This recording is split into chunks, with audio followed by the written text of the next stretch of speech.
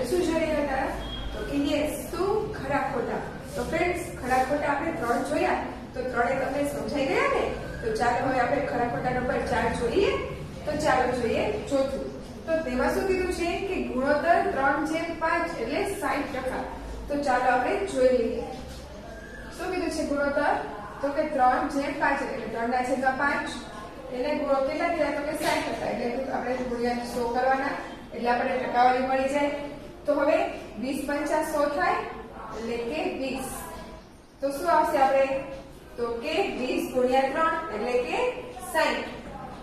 એટલે કે 60%. આ મળી ગયા આપણને. તો જુઓ આ કેવું છે વિધાન? સાચું. કેમ કે ગુણોત્તર 3/5 એટલે કેટલા? 60% થાય છે. એટલે વિધાન કેવું છે? સાચું. હવે જોઈએ પાંચમું. તો તેમાં શું કીધું છે કે સંખ્યાઓ 3, 7, 21 અને 49 એ પ્રમાણમાં છે. તો ચાલો આપણે જોઈ લઈએ. તો આના માટે શું કરવાનું? આપણે પહેલી સંખ્યા અને બીજી છેલ્લી સંખ્યા એ બંનેનો ગુણાકાર કરવાનો અને આ સંખ્યા અને આ સંખ્યા વચ્ચેની બે સંખ્યાઓનો ગુણાકાર કરવાનો. તો કેનો કરવાનો? 3 × 49 અને પછી તો કે 7 × 21 આનો કરવાનો ગુણાકાર. તો ચાલો આપણે આનો કરી જોઈએ. તો કે 9 × 9 = 9 × 27 અને 2. તો 4 × 12 13 × 14 એટલે કે 147. હવે તેવી રીતના 7 × 7 7 × 14 147. જુઓ બેનો માપ સરખા આવી ગયા. એટલે કે આ કેવું છે? સંખ્યાઓ પ્રમાણમાં છે. એટલે કે આ વિધાન કેવું છે? સાચું. હવે તેવી રીતના જોઈ લઈએ આપણે છઠ્ઠું. તો તેમાં શું કીધું છે કે 800 મિલીલીટર અને 120 કિલોમીટર નો ગુણોત્તર 2/3 છે. તો ફ્રેન્ડ્સ જુઓ શું આપ્યું છે આપણને? મિલીલીટર અને બીજું શું આપ્યું છે? કિલોમીટર. હવે ફ્રેન્ડ્સ મિલીલીટર એટલે એ પ્રવાહી જે હોય, પ્રવાહી માટે મિલીલીટર વપરાય ને. આપણે દૂધ લઈએ તો દૂધ આપણે એમ કહીએ કે 1 લીટર કે 2 લીટર. હવે તો એ લીટરમાં કહેવાય એટલે કે મિલીલીટરમાં. હવે તેવી રીતના કિલોમીટર. તો એ શું આપણે? તો એ તો આપણે અંતર છે. જેમ કે આપણે એમ કહીએ કે એક કારે કેટલું અંતર કાપ્યું? તો કે 120 કિલોમીટરનું અથવા તો 220 કિલોમીટરનું આપણે કહીએ તો આ શું આવે? તો કે આ અંતર છે. એટલે કે એક જગ્યાએથી બીજી જગ્યાનું અંતર છે. જ્યારે આ જે લીટર રહ્યું એ શું છે? પ્રવાહી માપવાનું માપ છે. તો આ બંનેને આપણે એકબીજામાં ફેરવી શકીએ. આપણે એમ થોડીને કહી શકીએ કે આજે ગાડીએ 120 લીટર અંતર કાપ્યું. એમ તો ન કહી શકીએ ને. એટલે આ વિધાન કેવું છે? ખોટું. તો ફ્રેન્ડ્સ સમજાઈ ગયું ને? તો ચાલો હવે જોઈ લઈએ આપણે સાતમું. તો તેમાં શું કીધું છે કે ₹600 નું 9% લેખે 3 વર્ષનું સાદું વ્યાજ ખાલી જગ્યા એટલે કે 162 થાય છે. તો ચાલો આપણે જોઈ લઈએ. તો આપણું સૂત્ર શું આવશે? યસ, કયું? I = PRN/100. આવું આવશે સૂત્ર. હવે શું કીધું છે આપણને? તો કે આપણે I શોધવાનું છે. I આપણને કીધું છે 192 થાય છે. તો આપણે ચકાસવાનું છે 192 થાય છે કે નહીં. તો આપણે શું આપ્યું છે? 162 થાય છે કે નહીં આપણે ચકાસવાનું છે. તો આપણે આપ્યું છે શું? 600 ગુણ્યા R કેટલા આપ્યા છે? તો કે 9 અને N કેટલો આપ્યો છે? તો કે 3 અને છેદમાં 100. આમ છે. તો હવે 0 0 ઉડી જશે. તો આ બે 0 ગયા, તો આ બે 0 ગયા. આપણી પાસે શું બચ્યું? કે 6 9 અને 3. હવે શું કરીશું? ત્રણેયનો આપણે ગુણાકાર. ત્રણેયનો ગુણાકાર કેટલો થશે? તો કે 9 × 9 = 9 કરીને 27 એટલે 6 ગુણ્યા 27. હવે 6 6 6 2 એટલે કે 6 7 ને એટલે કે 27 ગુણ્યા 6 6 6 36 6 7 42 એટલે કે 2 અને 1 6 1 6 6 12 ને 1 એટલે કે 132. કેટલો થાય છે? 132. અને આપણને શું કીધું છે કે કેટલો થાય છે? 162. એટલે કે આ વિધાન કેવું છે? ખોટું. કેટલો થાય છે? તો કે 132 થાય છે. ઓકે ફ્રેન્ડ્સ, સમજાઈ ગયું? તો કેટલો થવો જોઈએ? 132. અને આપણને કેટલો આપ્યો છે? 162. એટલે આ વિધાન કેવું છે તો કે આ વિધાન આપણું છે સાચું કેમ કે અહીંયા આગળ ખૂણો બંનેનો ગુણાકાર કરીએ એટલે કેટલા આપણને આપ્યા છે તો કે 600 ગુણ્યા 9 ગુણ્યા 3 અને કેટલું કીધું છે સાદું વ્યાજ શોધવાનું એટલે કે 600 ગુણ્યા 9 છેદમાં 100 એમ આપ્યું છે હવે ત્રણેયનો આપણે ગુણાકાર કરીએ અને છેદમાં 100 વડે ભાગીએ એટલે કેટલા થશે આપણે તો કે 162 6 ગુણ્યા 27 કરે એટલે કેટલો થશે 162 એટલે આ વિધાન કેવું છે આપણું તો કે સાચું તો ફ્રેન્ડ્સ સમજાઈ ગયું બધાને હવે જોઈએ આપણે 8માં તો એમાં શું કીધું છે કે રૂપિયા 1200 નું 8% લેખે 2 વર્ષના સાદા વ્યાજે વ્યાજનો મુદ્દલ તો કે 192 થાય છે શું કે છે 192 થાય છે તો ચાલો આપણે શોધી લઈએ શું કીધું છે સાદા વ્યાજે વ્યાજનો મુદ્દલ શોધવાનું કીધું છે વ્યાજ મુદ્દલ હવે વ્યાજ મુદ્દલ એટલે કે વ્યાજ જે વ્યાજ આપણને મળે એમાં આપણે જે રકમ આપી છે શું તો કે આટલા ટકાની એટલે કે આટલી રૂપિયામાંથી આપણે વ્યાજ શોધવાનું છે એટલે કે એ શું કરવાનું એમાં વ્યાજ આપણે ઉમેરવાનું તો ચલો સૌથી પહેલા આપણે શું શોધી લેવાનું તો કે સાદું વ્યાજ એટલે કે I બરાબર PRA છેદમાં 100 હવે આપણને શું મળશે તો કે P આપણને આપ્યો છે કેટલો તો કે 1200 અને R પણ આપ્યો છે કેટલો છે તો કે 8 અને n આપ્યો છે કેટલો તો કે 2 અને છેદમાં કેટલા કરવાના 100 તો આ બે 0 ઉડી જાય આપણે શું બચ્યું તો કે 12 ગુણ્યા 8 દુ 16 હવે 12 ગુણ્યા 16 કરીએ એટલે કેટલો આવશે આપણો તો કે 6 દુ ને 12 એટલે કે 92 192 શું થશે બંનેનો ગુણાકાર 192 તો હવે શું કરવાનું આપણને શું મળ્યું તો કે સાદું વ્યાજ મળ્યું એટલે કે આપણે શું શોધવાનું છે તો કે વ્યાજ મુદ્દલ શોધવાનું છે વ્યાજ મુદ્દલ શોધવાનું એટલે કે A બરાબર I વત્તા P એટલે કે આપણે જે I વત્તા P એટલે કે જે I છે 192 એમાં શું કરવાના P ઉમેરવાના એટલે કે 1200 એ બંનેનો શું કરવાનો સરવાળો એટલે આપણે શું મળી જશે A તો શું મળશે 2 9 3 અને 1 આ શું મળશે આપણું તો કે આપણો મળી ગયો વ્યાજ મુદ્દલ તો કે 1392 તો ફ્રેન્ડ્સ સમજાઈ ગયું તો આ વિધાન કેવું થશે ખોટું કેમ આપણો શું જવાબ થવો જોઈએ તો કે 1392 થવું જોઈએ તો ફ્રેન્ડ્સ સમજાઈ ગયું બધાને તો હવે જોઈએ આપણે 9મું તો તેમાં શું કીધું છે કે 1000 નું 10% લેખે 6 માસનું સાદું વ્યાજ રૂપિયા 50 થાય છે કે શું કીધું છે સાદું વ્યાજ અને 6 માસનું કીધું છે અને કેટલું થાય છે કીધું છે તો કે 50 રૂપિયા તો ચાલો આપણે જોઈ લઈએ તો આપણું સૂત્ર શું આવશે I બરાબર PRA છેદમાં 100 તો હવે આપણો આ P શું આપ્યો છે તો કે 1000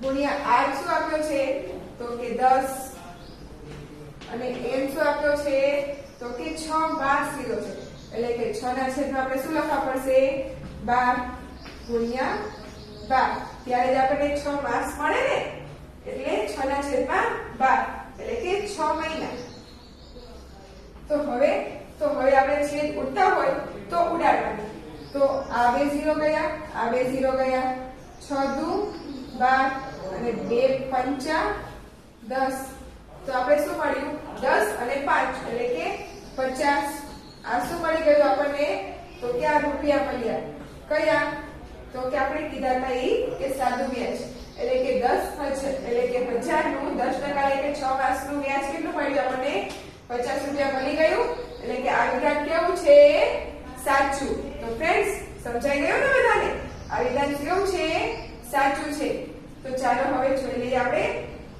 10મું તો 10માં શું કીધું છે કે રૂપિયા 6000 નું 6% લેખે 73 દિવસનું સાદું વ્યાજ રૂપિયા 72 થાય છે તો હવે આપણે જોઈ લઈએ હવે આપણને શું આપ્યા છે તો કે દિવસ આપ્યા છે તો દિવસ આપણને કેટલા છે તો કે 73. પણ આખા વર્ષનું આપણે લેવું પડે તો આખા વર્ષમાં આપણે દિવસ કેટલા હોય તો કે આપણે પેલા સૂત્ર લખી લઈએ I બરાબર PRN/100. હવે I આપણે શોધવાનો છે તો P કેટલા છે આપણી પાસે 6000 ગુણ્યા R તો કે 6 અને ગુણ્યા 1 એટલે કે 73 અને છેદમાં 100 અને ગુણ્યા હવે 73 દિવસ કેટલા છે તો કે એક વર્ષના દિવસ કેટલા હોય આપણા તો કે yes કેટલા 365. તો હવે શું કરીશું તો કે હવે છેદ ઉડાડતા હોય તો આપણે ઉડાડીશું એટલે કે આ 0 ગયો આ 0 ગયો આ 0 ગયો આ 0 ગયો. હવે તો કે હવે આનું 5 વડે કરી જોઈએ તો 5 વડે કરીએ તો અહીંયા આગળ 5 વડે કરીએ તો કેટલા થશે 5 એકા 5 એક બચે એટલે કે 10 5 દુ 10 એટલે કે 12 65.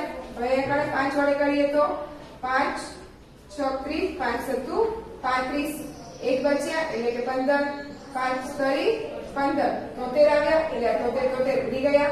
શું આપણી પાસે આવ્યા 12 ને 6 એટલે 12 5 ને એટલે કે 12 6 72. તો કેટલા મળ્યા આપણને તો કે 72. તો જો આ આપણને મળી ગયું તો શું મળ્યું રૂપિયા 6000 નું 6% લેખે 73 દિવસનું સાદું વ્યાજ શું મળ્યું આપણને રૂપિયા 72. તો ફ્રેન્ડ્સ આ પણ કેવું છે વિધાન સાચું. તો સમજાઈ ગયું ને બધાને અને આવડી પણ ગયું ને બધાને. તો જુઓ આપણને શું કીધું આમાં 6 માસનું એટલે કે વર્ષના મહિના કેટલા હોય તો કે 12 એટલે આપણે 6 ના છેદમાં 12 લીધા હતા. હવે તેવી જ રીતના આમાં શું કીધું છે તો કે દિવસ તો કે એક વર્ષના દિવસો કેટલા હોય 365 એટલે કે 73 ના છેદમાં આપણે કેટલા લીધા 365. તો ફ્રેન્ડ્સ સમજાઈ ગયું ને બધાને. તો હવે જોઈ લઈએ આપણે 11મું. તો 11માં શું કીધું છે આપણને તો કે 11માં કીધું છે આપણને કે 18 માણસોએ એક કામ પૂરું કરતા 12 દિવસ લાગે છે તો 6 માણસોને આ કામ પૂરું કરતા કરવા ઓછા દિવસ લાગે. એટલે કે આપણને કહે છે કે 18 માણસોને કામ કરતા જો 12 દિવસ લાગતા હોય તો 6 માણસો કે છે કામ કરે તો જલ્દી પૂરું થઈ જાય એટલે કે ઓછા દિવસોમાં પૂરું થઈ જાય. તો ચાલો આપણે જોઈ લઈએ. તો 18 માણસોને જો 12 દિવસ થતા હોય તો 6 વ્યક્તિઓને કેટલા દિવસ થાય એટલે કે 6 ગુણ્યા 12 છેદમાં 18 આમ થશે.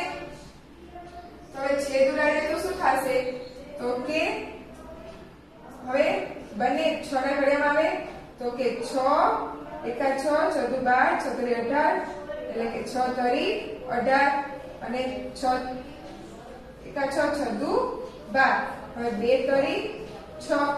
તો હવે શું બચ્યું આપણે 3 ને 2 એટલે કે 6 એટલે 3 દુ ને 6 દિવસ. તો આમાં શું કરવાનું હતા અને છેદમાં હવે ગુણ્યા કેટલા દિવસો કીધા છે તો કે વર્ષના દિવસો એટલે કે આપણે કરીએ ગુણ્યા 6 એટલે કે કેટલા થશે તો કે 36 દિવસો થાય. Okay friends. તો આનો જવાબ આવતો નથી. ઓછા દિવસ થઈ છે એના કરતા તો કેટલા વધે છે એટલે કે આ વિધાન કેવું છે આપણું તો કે આ વિધાન છે ખોટું. તો ફ્રેન્ડ્સ સમજાઈ ગયું ને બધાને. તો ચાલો હવે આપણે જોઈ લઈએ આગળ.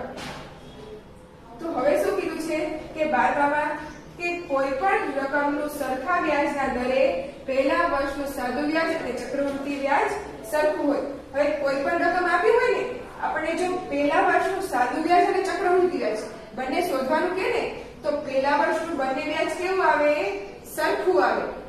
એટલે આ વિધાન કેવું છે સાચું. તો ફ્રેન્ડ્સ સમજાઈ ગયા ને ખરા ખોટા બધાને. જો એ ખરા ખોટા ખાલી જગ્યાથી વિકલ્પો પૂછવામાં આવે તો બધાને આવડશે ને. આઈ એમ શ્યોર તમને જરૂર આવડશે. કેમ કે આ ચેપ્ટર તો સાવ સહેલું છે. લાગ્યું ને બધાને સાવ સહેલું. તો ચાલો હવે આપણે આમાં દાખલાઓ જોઈ લઈએ. ચાલો જોઈએ હવે દાખલા નંબર. તો પ્રશ્ન 5 માં આપણે શું કીધું છે કે નીચેના પ્રશ્નોના જવાબ લખો. તો આપણો પહેલો શું છે તો કે અનિલ પાસે અમુક રકમ હતી. હવે કેટલી રકમ હતી એ આપણે કીધી નથી. તેમાંથી 80% રકમનો ખર્ચ કર્યો. એટલે જેટલી રકમ એની પાસે હતી એમાંથી એને કેટલા ખર્ચ નાખ્યા તો કે 80% ખર્ચ કરી નાખ્યો. જો અનિલ પાસે 1200 રૂપિયા વધ્યા હોય તો તો કે ખર્ચ કર્યા પછી એની પાસે જો 1200 રૂપિયા વધ્યા હોય તો તેની પાસે કુલ રકમ કેટલી હોય તો એ આપણે શોધવાનું છે. તો આપણે શું કરીશું તો કે સૌથી પહેલા ધારીશું કે ધારો કે અનિલ પાસે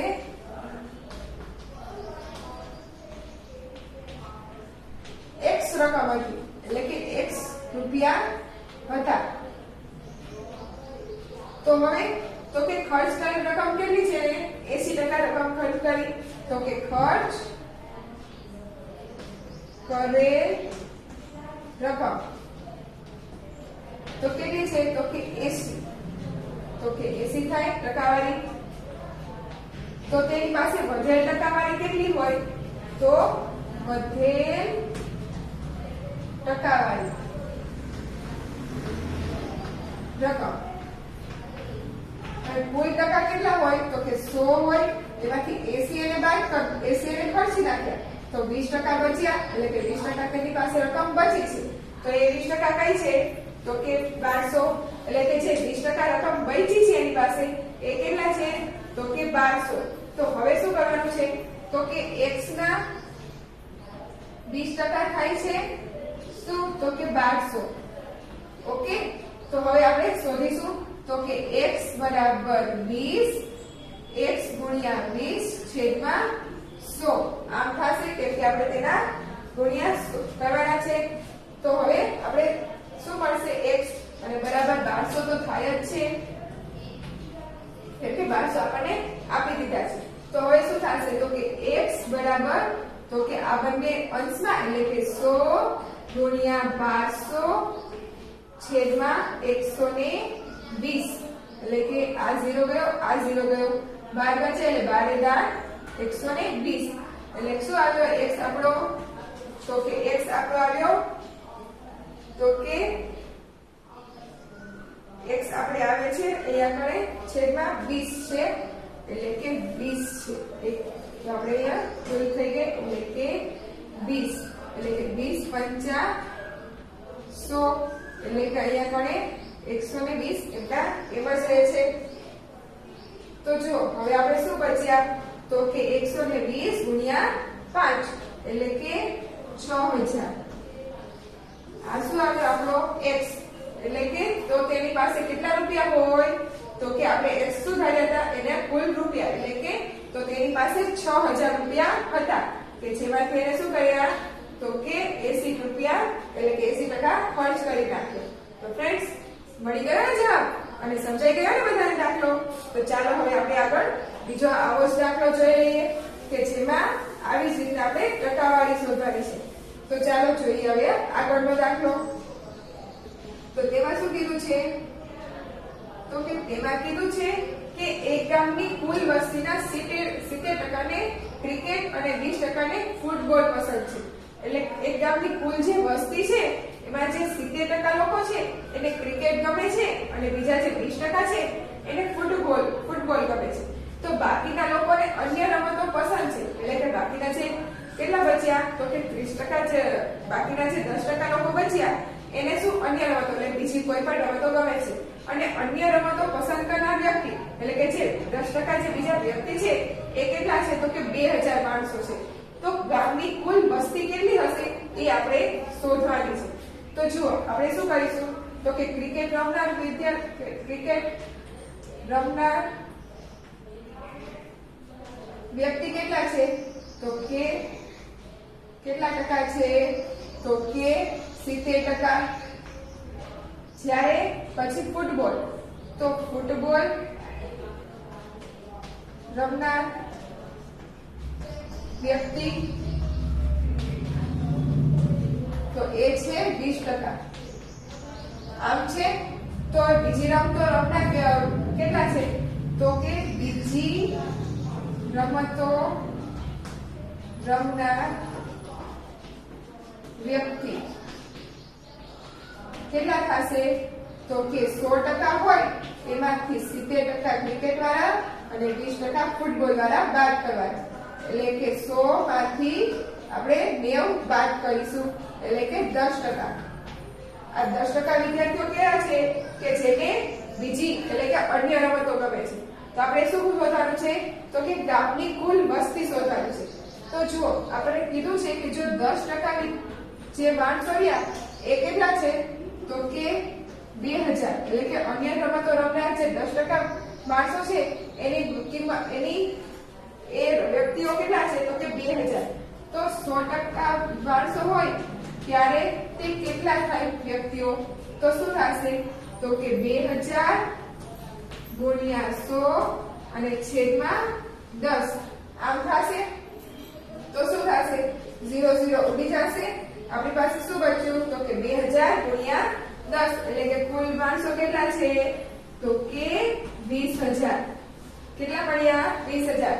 તો ગામની કુલ વસ્તી કેટલી થશે 20000 માણસોની થાય. તો ફ્રેન્ડ્સ સમજાઈ ગયું ને બધાને? તો ચાલો હવે આગળ આપણે આવા જ બીજા કેટલાક દાખલાઓ જોઈએ. ઓકે.